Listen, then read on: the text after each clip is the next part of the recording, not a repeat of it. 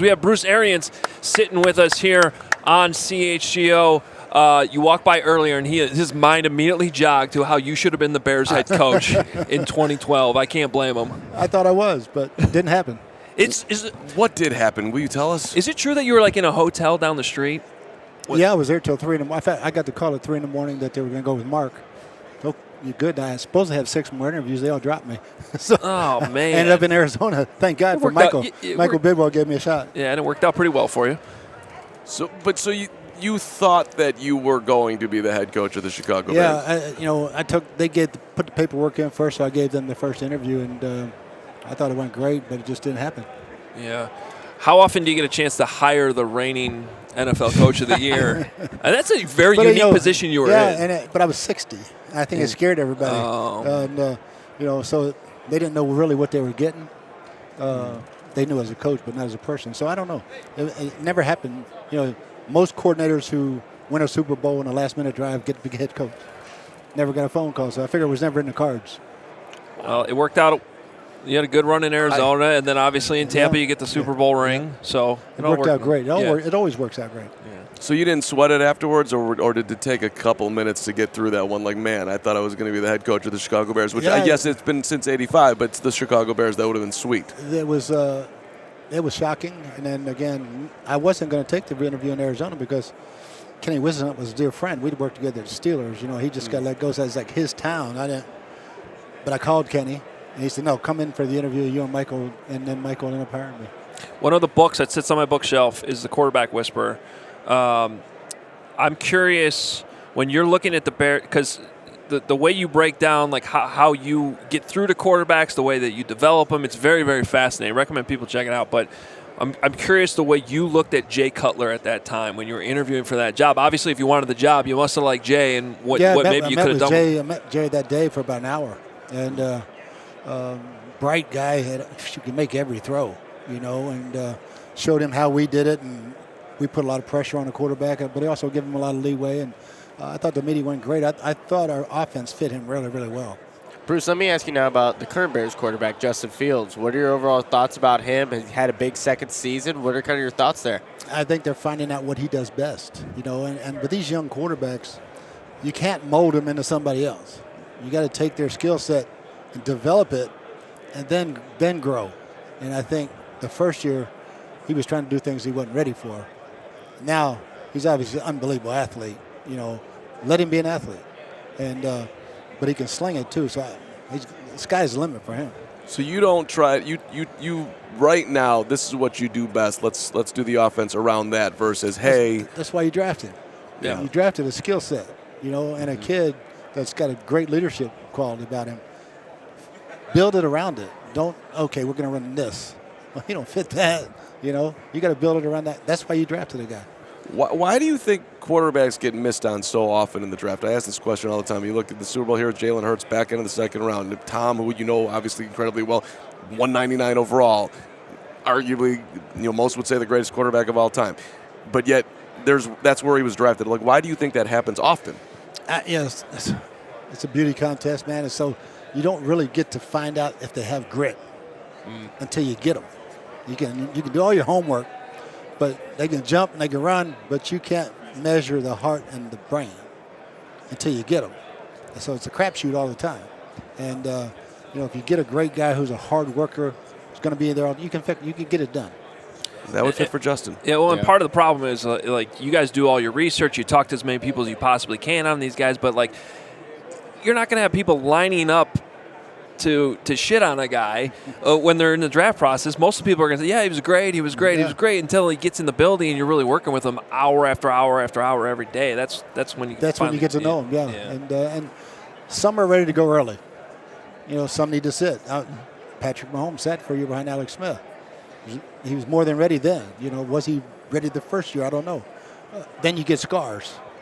Scars start building, and then you get a new coordinator. You get a new head coach. You get more scars, and you're done. You can't overcome it mentally. I think that's what the Bears got to be careful with here. Yeah. And that's what. Yeah. Too many of these guys aren't busts. They fire the coordinator the first year, then gets a new offense. Look at Blaine Gabbert's one of the most talented guys I've ever coached. But he had 7 offensive coordinators his first 7 years and 5 head coaches. He had no chance. That's interesting. You could say the same thing about Cuddy as far as him not reaching his full potential. Oh, it was a coordinator every year. Yeah. It felt like for a while there. So tell us a little bit about the Arians Foundation. I know you do great work. Yeah, we started our foundation here. My wife was a broken family lawyer. She said, I moved her so many times, she took 5 bar exams. So she started volunteering as a CASA, court-appointed special advocate. That's the kid's voice in foster care or in an abuse or neglect situation. You become their role model and their voice in court. So we've started a foundation to honor her work, and I watched her save these kids one at a time for so many years. And we had a dire need here in the Valley when we first got here, and we've done a great job. I think Governor Ducey and his wife did a great job of promoting it and helping CASA and kids' voice here in Arizona. So we support Indianapolis, Pittsburgh, Lake counties in Georgia, Hillsborough County, Florida, and here, and try to raise as much money to help these kids as we can. It's awesome. That's great. But before you go out of here, I just got to go back to the Bears thing for one more time. How many did you meet with? How long were you sitting there? Like what was the? I just want to hear like what the day was like. Was it a one-day thing? It was a full day. The first person I met was Rod Marinelli, and and Rod wasn't staying. He told me they thought he was staying. I said he's not staying. He wasn't staying. But I met with Rod for a long time, and Chris Ballard, and obviously one after another. Then Mr. McCaskey, and it was a great interview. It was a great day. Then I did a mock press conference, and we got out of there about 7 o'clock. So it's about a 7-hour deal. It was good. It was great. I've heard about that. I've heard about that mock press conference. Did you think that was ridiculous? A mock press conference? No, I thought it was a good idea. Really? I mean, okay. You got to see. But none of the reporters were actually there, except for maybe the team reporter. It was their guys. Yeah. Yeah. So it's not really. I don't know. Plus, this guy can handle a press conference. It's like about it. You know what I think about with that job and that situation specifically is that honestly would have been a tough situation for any coach to walk into because of how loved Lovie Smith was in that building, and I think that's just sort of missed. Obviously, things didn't go well with Marc Trestman, but I think it really would have taken. I think the whole thing with me was they didn't want to change that defense. Yeah. And I was going with Todd Bowles. And we were going to change it, and we're going to be 4-3-3-4, but we're going to be more multiple, and that scared him. Yeah. I said, we want Rod. I said, Rod ain't staying, and we're changing defenses. So I think that was probably the big thing. Yeah, and Mel Tucker came in, and they kind of. I remember you were bringing in Todd Bowles too. Would have been. Would have been a bad thing. But Mel basically changed his wording to their wording to keep it all the same. Yep. And it's great in theory, but that's hard to do. You got to stick to what you believe in. It's like. And talking to Coach Marinelli, who I love, it's like, if a defensive player has a problem, he's going to go to you, not me. I'm the head coach. Yeah. If you're hiring an offensive coordinator, that's different. I'm the head coach. The players come to me. They can't go through somebody else. Mm-hmm. And I think they saw that, but it's like, it's an interesting interview. Yeah. So we've heard. Oh, it's an interesting. Do you have any idea like how? You have like a small cult following in Chicago because all the Bears fans are like, we could have had Bruce Arians. Are you aware of that at all? No, I've seen enough. I've met a lot of them. Yeah, it's true. Back into this of the coaching crew. The highlight of being with Tom for the years was like, what was the best part of it? Raising that Lombardi Trophy with him, man. Yeah. That first year was just to get through COVID and everything that we had to deal with, and then to have no spring practice, get to training camp, try to put this offense in.